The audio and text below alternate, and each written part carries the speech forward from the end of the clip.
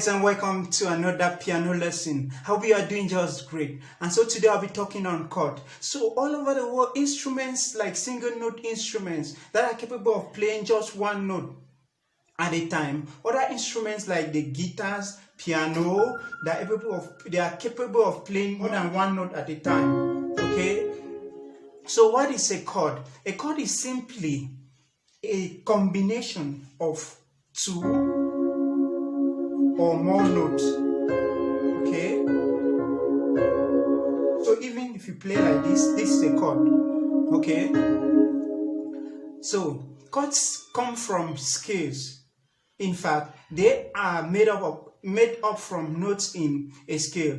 Each scale implies a certain list of chords. Okay, so this, like we said in our C major scale,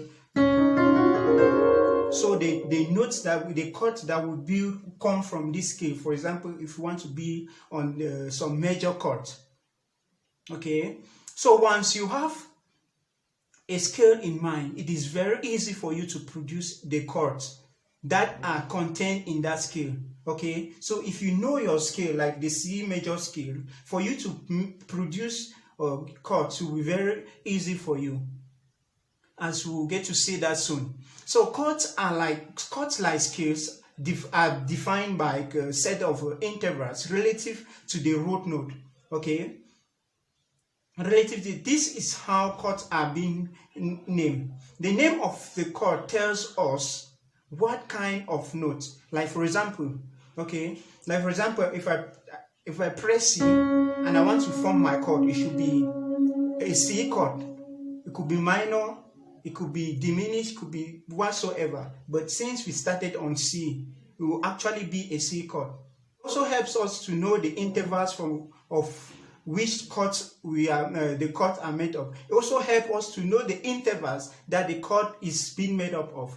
The intervallic structure of the chord, that is the way notes are being interchanged. Okay, so if I press like this, then I leave this and press like this, I've interchanged the note but still playing the same note.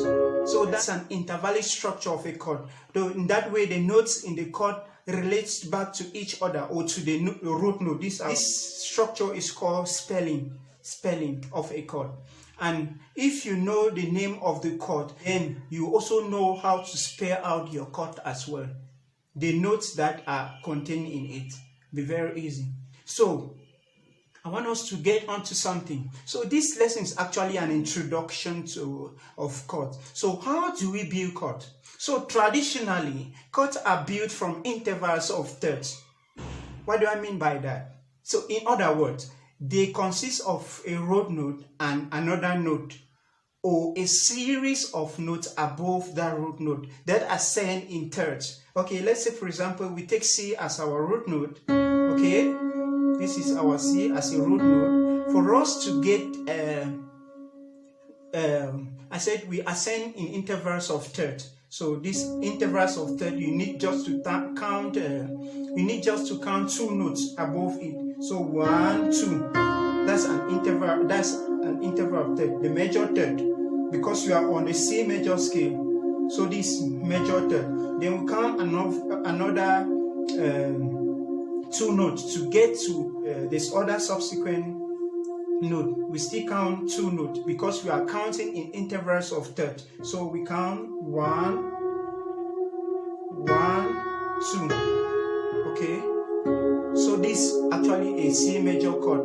So that's how we build chord. Since I'm saying that we took an example as C major chord, and we know that C major scale, and I did say that when you know your scale, it's very easy for you to form out your chord. So we could also count up, maybe to get to maybe a C7. We'll discuss more on that. Okay, yeah.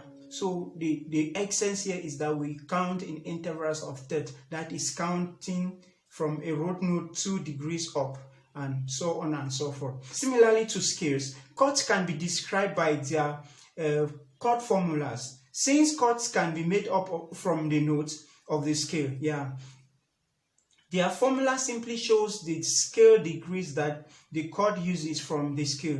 So if we have for example a 135 chord. A 135 chord, it simply means that what? That it consists of the root, the third, the fifth, and yes, the fifth degree. Okay, so that's a 1-5, 1-5, 1-5. Because this is our 1, 1, 2, 3, 4, 5, 1, 2, 3, 1, 1, 3, 5. Okay, so now if we take if we now take this 135 formula, I was already applying it on the C major scale. Let's just say that we have a 135 and this is a formula for a major chord. So you can form any major chord using this 135. Let's take for example like the table on our screen. You see that I've put in all the notes from C to B and I've outlined the numbers on them. So if you look, the first note is C and the third note is what? E. If for example we want to form a C major chord, okay? So the first note there is C, the second there is D, but we are using our chord, we say that it's a 135 chord, so we take E, the fifth is G. So this is how we form chord. So we can apply this on every key, okay? Because if you take for example C sharp, that's a C sharp major chord. So we can apply this formula to all the keys. Okay, so chord formulas and spellings are very similar and useful concept that gives us a way of analyzing the chord. So we're going to explore a lot of more in our further session, because like I said, this lesson is just an introduction to chords. So in the next lesson we'll be exploiting the type of scales, guys. So thank you.